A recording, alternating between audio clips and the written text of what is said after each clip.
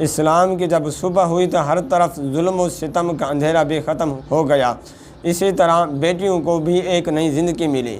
جو لوگ زمانے جاہلیت کے اندر بیٹیوں کو زندہ درگور کر کے فخر محسوس کرتے، آج وہی لوگ اپنی بیٹیوں کو آنکھ کا تارا سمجھنے لگے۔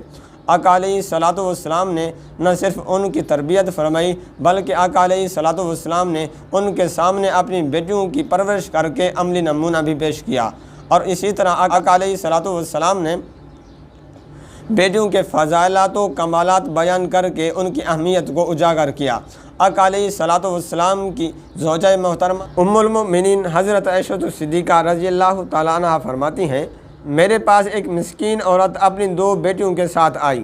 میں نے اسے 3 کھجوریں دیں تو اس عورت نے 3 کھجوروں میں سے 2 کھجوریں اپنی بیٹیوں کو دے دی اور 1 کھجور کھانے کے لیے اپنے منہ کی طرف لے کے جا رہی تھی تو بیٹیوں نے وہ کھجور بھی ماں سے مانگ لی۔ اس عورت نے اس کھجور کے 2 حصے کر کے اپنی بیٹیوں میں تقسیم کر دیا۔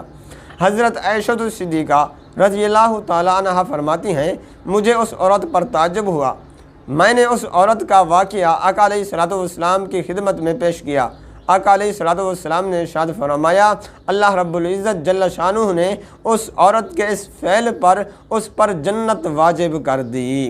رب تعالیٰ سے دعا کرتے ہیں کہ خالق کائنات ہم سب کو بھی بیٹیوں کی عزت کرنے کی توفیق نصیب فرمائے۔ آمین ثم آمین۔